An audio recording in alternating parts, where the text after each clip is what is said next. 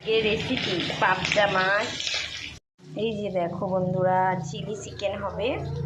এই যে capsicum, tomato, পেঁয়াজ টেয়াজ সব কেটে রেখেছি। এখানে চিকেন মাখিয়ে রেখেছি। এই যে চিকেনটা ভেজে নিচ্ছি। তারপরে এই যে কাঁচা লঙ্কা দিয়ে দিলাম। এবার ক্যাপসিকাম দিচ্ছি। ক্যাপসিকামটা ভেজে নেব।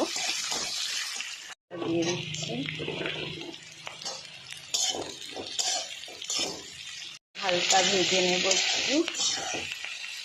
সামান্য সয়া সস আর একটু চিলি সস নেড়ে চেড়ে চিলি চিকেন হয়ে গেছে।